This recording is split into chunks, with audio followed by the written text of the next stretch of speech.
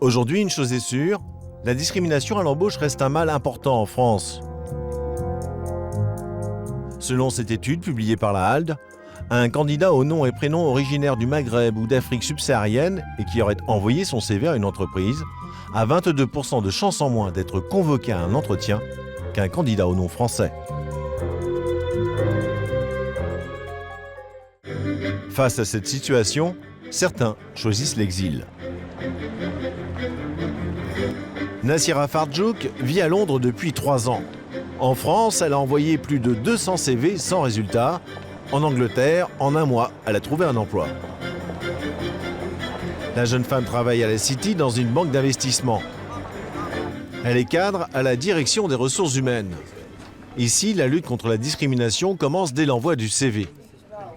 Voici le CV français de Nassira.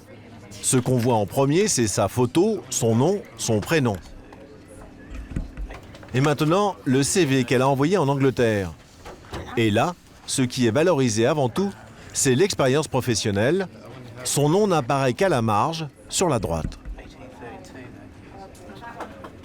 Il n'y a pas votre photo sur le CV? Non, il n'y a pas de photo en Angleterre, c'est discriminatoire. Ici, les grandes entreprises sont soucieuses de respecter l'égalité des chances pour tous, et ce n'est pas seulement pour le politiquement correct. Il faut dire qu'en cas de discrimination avérée, cela peut coûter vraiment très très cher à l'entreprise. Ian Massey, le directeur du personnel, en est très conscient. Ce que je sais, c'est qu'il n'y a pas de plafond pour le montant des dommages et intérêts en cas de discrimination au Royaume-Uni. Il y a eu des cas où des banques ont payé des millions de livres.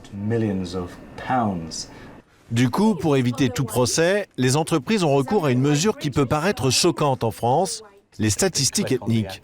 Chaque candidat pour un poste est invité à cocher sa case d'origine. Alors par exemple, vous avez blanc britannique, noir africain, noir britannique ou encore noir des Caraïbes. Ces informations sur les origines et les races des salariés servent à prouver la bonne foi de l'entreprise en cas de litige. Les statistiques ethniques, ces derniers mois, l'idée même de les introduire en France a provoqué une levée de boucliers.